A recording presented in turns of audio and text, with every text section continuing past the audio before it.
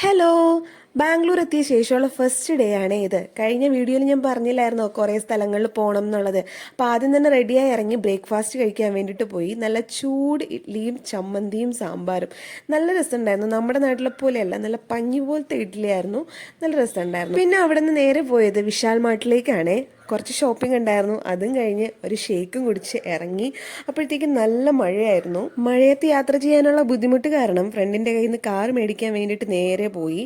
അവിടെ നിന്ന് പിന്നെ കാറ് കയറിയപ്പോഴേട്ടോ ഒരു സമാധാനമായി. ഇനി നമ്മൾ നേരെ പോകുന്നത് പുള്ളി പഠിച്ച കോളേജും ഹോസ്റ്റലും ഒക്കെ കാണാൻ വേണ്ടിയിട്ടാണ്. ഞാൻ കുറച്ച് എക്സൈറ്റഡ് ആയിരുന്നു. അപ്പോൾ ഇതാണ് പുള്ളി പഠിച്ച കോളേജ്.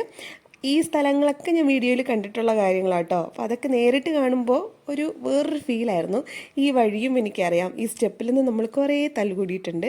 അപ്പോൾ എനിക്കതെല്ലാം നല്ലൊരു എക്സ്പീരിയൻസ് ആയിരുന്നു കേട്ടോ. ദെൻ നേരെ റൂമിൽ വന്നിട്ട് സൺഡേ ആയതുകൊണ്ട് ചർച്ചിൽ പോകണമായിരുന്നു. ഇതാണ് പുള്ളി സ്ഥിരമായിട്ട് പോകുന്ന ചർച്ച്.